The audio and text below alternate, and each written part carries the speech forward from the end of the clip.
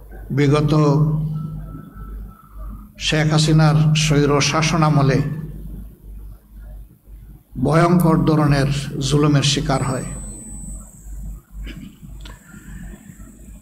জুলুম করে আমাদের বুক থেকে এক এক করে 11 জন শীর্ষ দায়িত্বশীল নেতাকে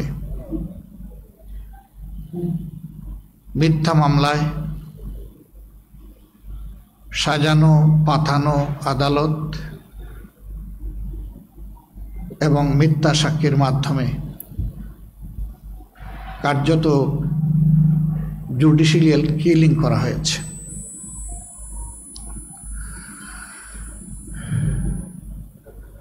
যে জায়গায় বসে আজকে আমি কথা বলছি, দীর্ঘদিন আপনারা এমন একটি অবস্থানে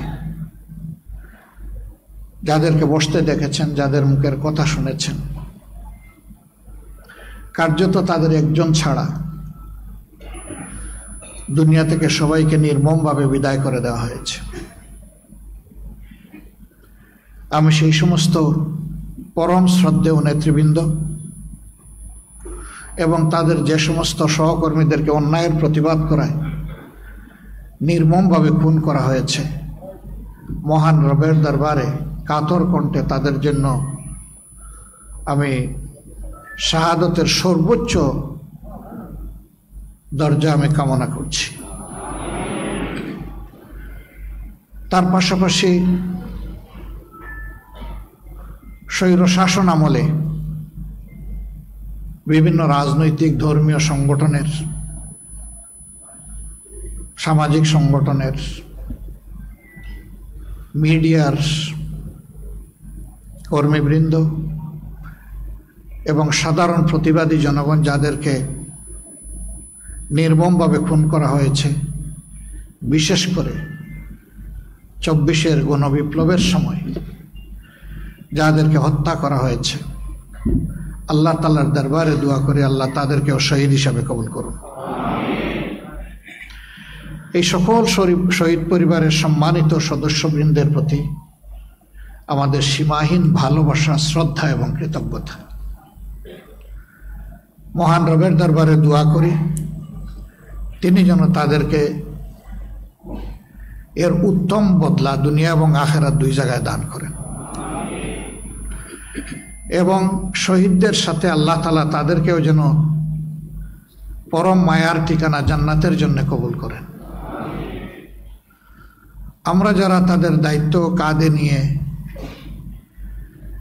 আমাদের যোগ্যতার সীমাহীন ঘাটতি থাকা সত্ত্বেও এগিয়ে চলার চেষ্টা করছি, আল্লাহ তাআলা তার কুদরতি হাত দিয়ে এই জাতি এবং দ্বীনের খেদমতের জন্য আমাদেরকে কবুল করুন।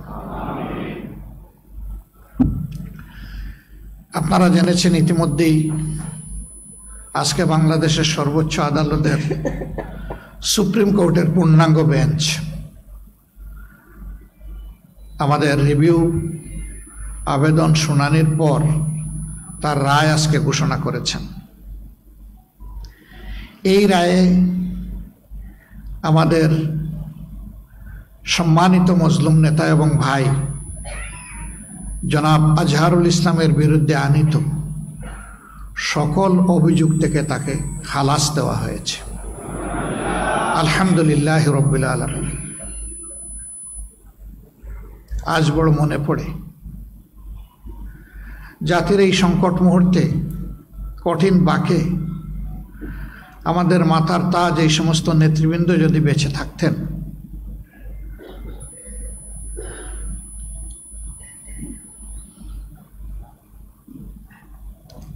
তারা তাদের প্রজ্ঞা, দূরদর্শিতা, অভিজ্ঞতা দিয়ে এই জাতিকে পথ দেখাতে পারতেন। ক্যাঙ্গারু কোর্ট এইভাবে এক একজন করে যাদেরকে বিদায় দিয়েছে, দুনিয়ার কেউ আর তাদেরকে আমাদের কাছে ফিরিয়ে দিতে পারবে না। কিন্তু তাদের স্মৃতি এবং কর্ম, তাদের পুরা অবদান এই জাতির জন্যে, আল্লাহর দ্বীনের জন্য অম্লান থাকবে এবং বারবার ফিরে আসবে ইনশাআল্লাহ। তারা বেঁচে থাকলে এই জাতিকে সততা দক্ষতার সাথে সেবা দিতেন এবং রাজনীতিতে অনেক গুণগত পরিবর্তন আসত। মহান আল্লাহ তাআলার দরবারে দোয়া করি, আল্লাহ তাআলা তার এই সমস্ত নেক বান্দাদের ঘাটতি যেন আমাদেরকে পূরণ করে দেন। প্রিয় সম্মানিত ভাইয়েরা, এই মামলাগুলা পরিচালনা করতে গিয়ে সীমাহীন জাল জালিয়াতির আশ্রয় নেওয়া হয়েছে। কিভাবে আশ্রয় নেওয়া হয়েছে? এককালীন প্রধান বিচারপতি এস.কে. সিনহা তার লেখা নিজের বইয়ে তিনি তার অপরাধ স্বীকার করে নিয়ে তা তুলে ধরেছেন। কিভাবে বিচার নয়, পরিকল্পনা মাফিক ঠান্ডা মাথায় এই নেতৃবৃন্দকে খুন করতে হবে তার ছক বিচার বিভাগ এবং সরকার মিলে তৈরি করেছিলেন। এর পাশাপাশি এমন পরিবেশ বাংলাদেশে সৃষ্টি করা হয়েছিল যে এই পরিবেশে অন্যায়ের বিরুদ্ধে প্রতিবাদ করার সামান্য কোনো সুযোগ রাখা হয়নি। আপনারা দেখেছেন একটা রায় হয়েছে, বাস্তবায়ন হয়েছে। যাকে খুন করা হয়েছে বিচারিক আদালতের মাধ্যমে তিনি তো আল্লাহর দরবারে চলে গেলেন, কিন্তু পাশাপাশি একই সময়ে পরিবারের সদস্যদের উপর নির্মম কষাঘাত এবং অত্যাচার করা হয়েছে।